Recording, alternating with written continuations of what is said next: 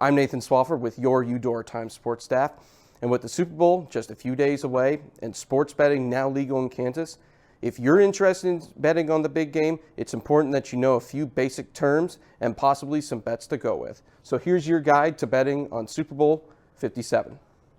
First off, you need to know what type of sports books we have. These tend to be the 5 major sports books that we see in the state of Kansas: DraftKings Sportsbook being number 1, Caesars Sportsbook, BetMGM, FanDuel, and PointsBet. Any one of these 5 sports books are a good bet to bet with in Kansas, but there are plenty of other sports books that you can do your own research on. Now, we need to go over some of the basic terms and analogies for betting. Align the odds listed on a wager. For example, if a team is favored by a certain number, such as 1 or 2 points, that's the line for the game. Over/under, betting on point totals or other stats, and the bet is simply betting whether the final amount will be over or under the line that's specified for the game. Just an example, if the total combined score of the Super Bowl is 55.5, simply bet on whether the final combined score will be higher or lower. Money line is just a bet on whether a team will win or lose outright with no extra lines or anything like that with it. A prop bet is just a bet on anything that is directly not tied to the outcome of the game. For example, it can be the first team to score or the first player to score a touchdown in the Super Bowl. Covering the spread is any bet where a favorite wins and the final score exceeds the point spread, such as if Kansas City wins 32-21 over Philadelphia in the Super Bowl, means Kansas City would cover a -10 point spread. Anything under a 10-point win would not cover the spread.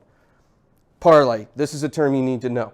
A bet that combines multiple games for a higher payout. The more games, the higher the risk, but greater the payout. If I want to pick Kansas City to win, plus I want Travis Kelce to cover the spread on his yardage total, let's just say that's 60.5, and I bet over on that. If I have those 2 bets in a parlay, although the chances get more and more less likely, that payout will then be more higher because the odds continue to go up. Closing line is just the final odds before the start of the game. And then live betting. These are bets that are made during the game and during the sporting event.